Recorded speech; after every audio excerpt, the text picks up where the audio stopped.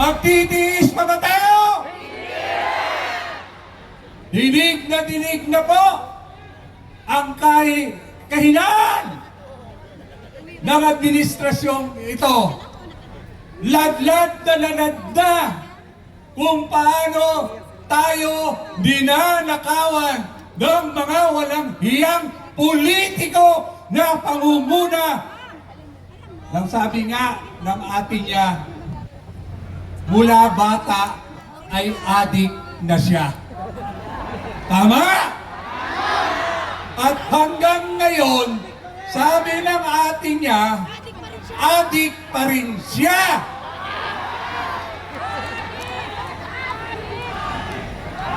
Ngayon, magtataka pa ba tayo kung bakit nagkawindang-windang ang bayang ito? Ang nagpapatakbo ng gobyernong ito ay sindikato na. Adik sakok, sabi nga ni Senador Amy Marcos, adik pa sa pera ng bayan. Mga salot kayo, mga politiko kayo. Huwag niyong hintayin na masagad na ang taong bayan. Saan ka nakakakita kung sino ang nag-iimbestiga, siya pa ang nakukulong? Kung sino ang mga magnanakaw na congressman at senador, sila pa ang uhusga. Anak ng teteng kayo!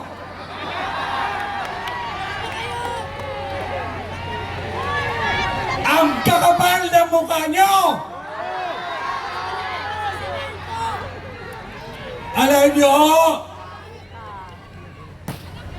Alam nyo ba yung kanta ni Frank Sinatra? My way. Now the end is near. The end is near! The end is near! Ilang kilometro na lang makakarating na tayo sa lungga ng mga adik.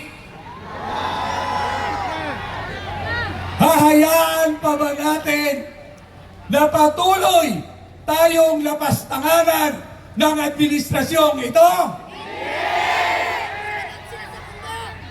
Hahayaan ba natin na ang mga anak natin at ang mga susunod na henerasyon ay magmamana sa mga kawalang-iyaan ng administrasyong ito? Hindi kami mamayag. Mga bayaran na lang. Bayarang congressman, bayarang senador, bayarang mayor, bayarang gobernador, at mga bayarang trolls ang naniniwala sa presidenteng bangag na ito. Sa pool.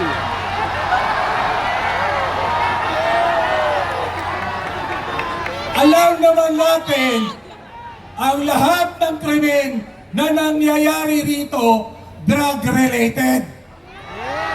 Kahit sa ang sulok ng barangay, may adik at may droga na. Sa barangay namin. Wala nang ligtas. Ultimo, sa eskwelahan ng mga anak natin, may krimen na nangyayari. Patayan na. Bayan ko, hahayaan pa ba natin na mamuno sa atin ang mga bangag na ito? Ulat na kami! Dinat na! Ako po ay naniniwala na darating na ang hinihintay natin dito ngayon. Ilang tulong na lang, Ilang linggo na lang. samantalahin nyo na mag-jamming na kayo, mag-coke na kayo na mag-coke king dyan.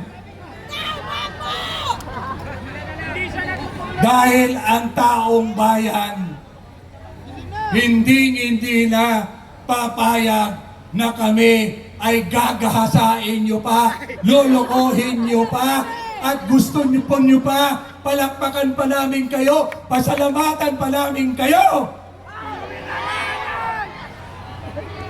Okay lang bumiyok. Mga adik na lang ang tumatanggap ng ayuda ng gobyerno. Pinipili lang nila. Kaya nananawagan din ako sa mga mayor, barangay captain at mga congressman nating ito na sana mahiya na kayo, sumama na kayo sa taong bayan dahil ang taong bayan ang dahilan kung bakit kayo nandyan sa masarap ninyong buhay. Mga anak kayo.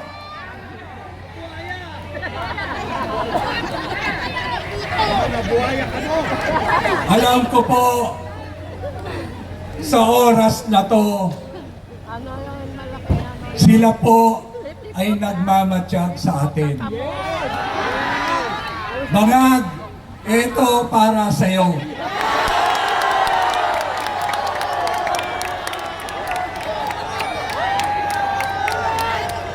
Sa mga aloperos ni Bangag, ito ang para sa inyo. May kasama pang kadyot.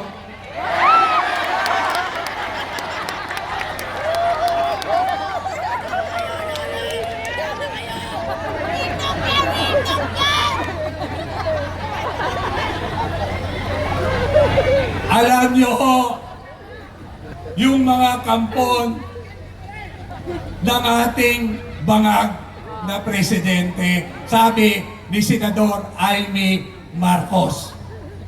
Ako ho, maniniwala ako dahil kapatid na mismo ang nagsabi. Karamihan nga sa atin, sa chismis nga naniniwala eh. Dito sa kapatid, hindi tayo maniniwala. Gagahasain na naman po nila ang budget sa susunod na taon.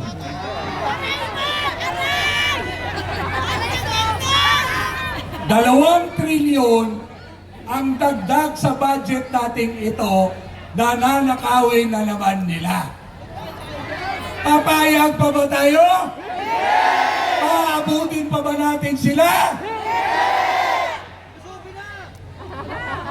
Sana wala sila. Sobra na yan. Alam nyo, kung matino lang sana sila ngayon na nasa palasyo, ninervyusin na sila.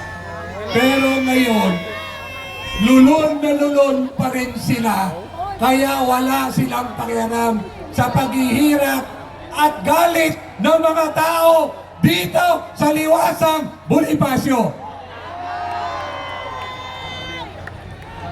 Tama ka po. Alam nyo, huwag niya sanang pahintulutan pa ng Diyos na magkaroon pa ng mabigat na pagsubok ang bayang ito. Sana yung mga nagmamatsyag pa, yung sinasabi nila sa social media, lumalaban sila sa katiwalian. Pwede ba kayong matatapang sa social media, sumama kayo sa mga taong nagmamahal sa bayang ito na nandito ngayon sa Liwasang Bonifacio. Di paglaban ng Pilipinas. Kayong nakikilabang sa administrasyong ito, mahiya naman kayo. Marami ho akong kaibigan na naglilingkod sa Armed Forces of the Philippines. Sila po hiyang-hiya na rin. Hiyang-hiya na sa pinaggagawa ni General Browner. Magre-retard na yan sa 21. July 20. Hiyang-hiya na sila sa kawalang hiyaan ng supposed to be sila ang magtatanggol at maglilingkod sa taong bayan. Pero ano ang ginagawa nila? Nagpasakampan, nagpasakop sila sa mga salot sa bayan.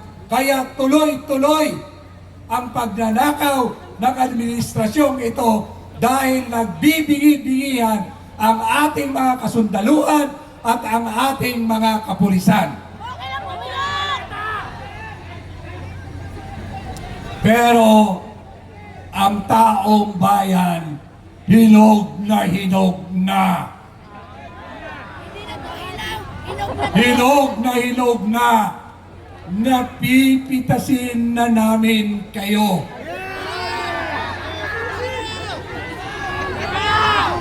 Pipitasin ba natin o pipigain natin?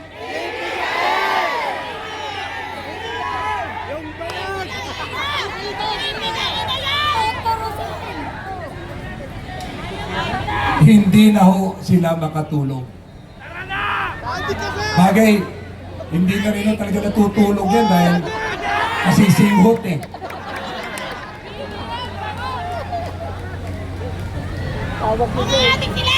Maraming salamat sa inyo dahil marami hong nagising at tatayo at sasama sa atin. Kaya po, naniniwala ako na isang-isa na lang maniningil na tayo. Maniningil na ba tayo?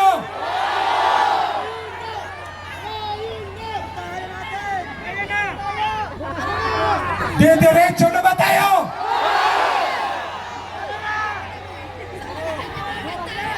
Wala lang atrasan to!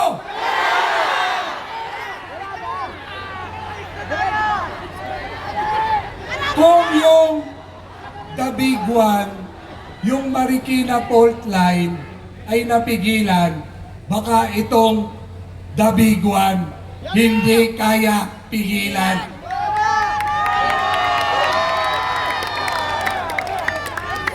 Kailan ang zona? Kailan ang zona? 27. Kailan tayo magkikita-kita uli? Didiretso na tayo? Wala nang makakawat sa atin? Game na kayo? Kay Tito, game na ba kayo? Ito sa dulo, game na ba kayo?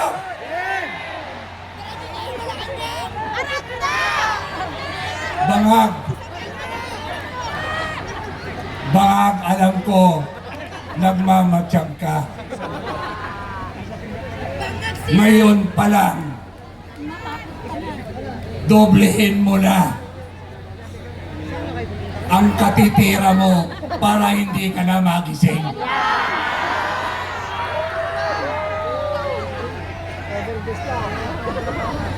Adik si Bangag, adik! Hihintayin pa ba natin? May pag-asa ba na magagampanan nila ang impeachment?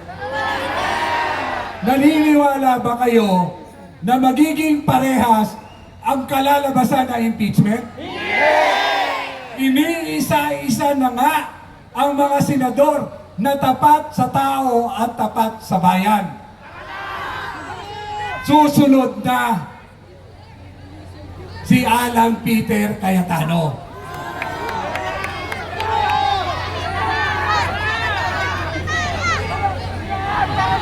Hahayaan ba natin yon? Hahayaan ba natin na sapitin ng ating kaibigan. Matatag ang paninindigan ni Senador Marcoleta na masusundan pa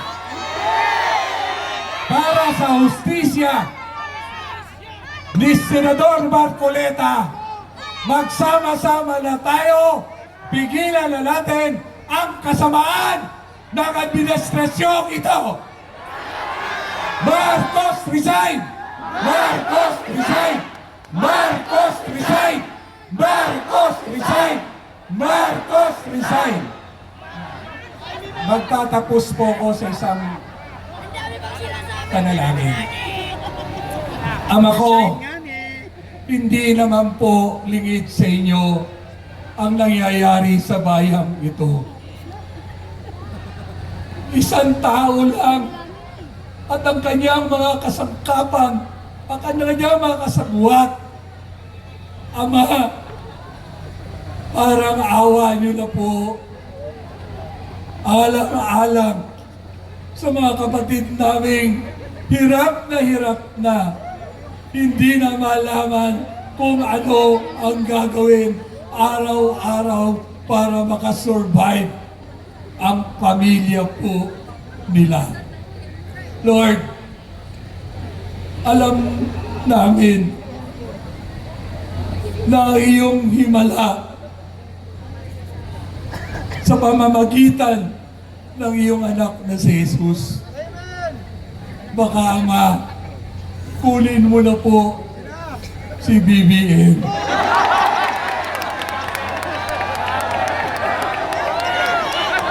Isama niyo na po si Lisa. Isunod niyo na rin po si Rimulya. Lalong-lalo na yung Jesus. Tapos po, Ama, hindi naman po kalabisan. Kunin niyo na rin po si John Vic. Isama niyo na rin po ang mga tulpo. Sama mo na si Ping! Ama, Sama mo na si Ping! bigyan mo lang pagkakataon yung matakaw na Speaker Romualdez. Baka ho, pag hindi po niyo to magsalita at ituro ang pinsan niya na ang mastermind ng kawalang-yaang ito, walang iba kung hindi yung mag-asawang BBM. Parang awa niyo na po. Hindi naman po lingid sa inyo kung paano po kami pinaglalangan ng pamilya ito. Wala po kaming may papangako sa iyo, Ama. Kung hindi, paglilingkuran ka po namin ng buong puso at katapatan, tapusin niyo lang po ang kawalang-iyaan ng Marcos na ito. Sabi nga po, Ama, pag merong higit sa isa na magtitipon sa ngalan mo, considered granted po ang aming kahilingan. Ngayon pa lang, nagpapasalamat na po kami. Ama, kunin mo na po! Kunin niyo na po sila!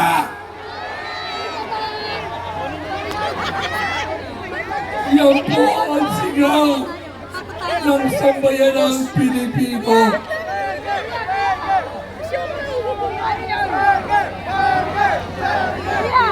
Burger!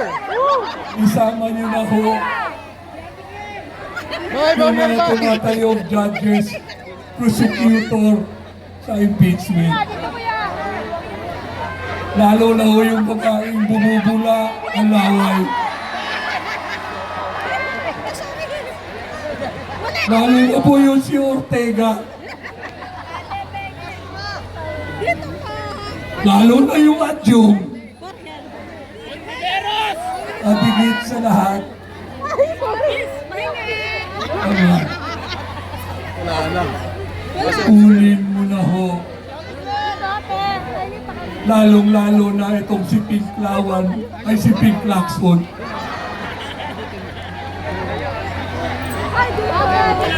Kunin mo na po si Nama!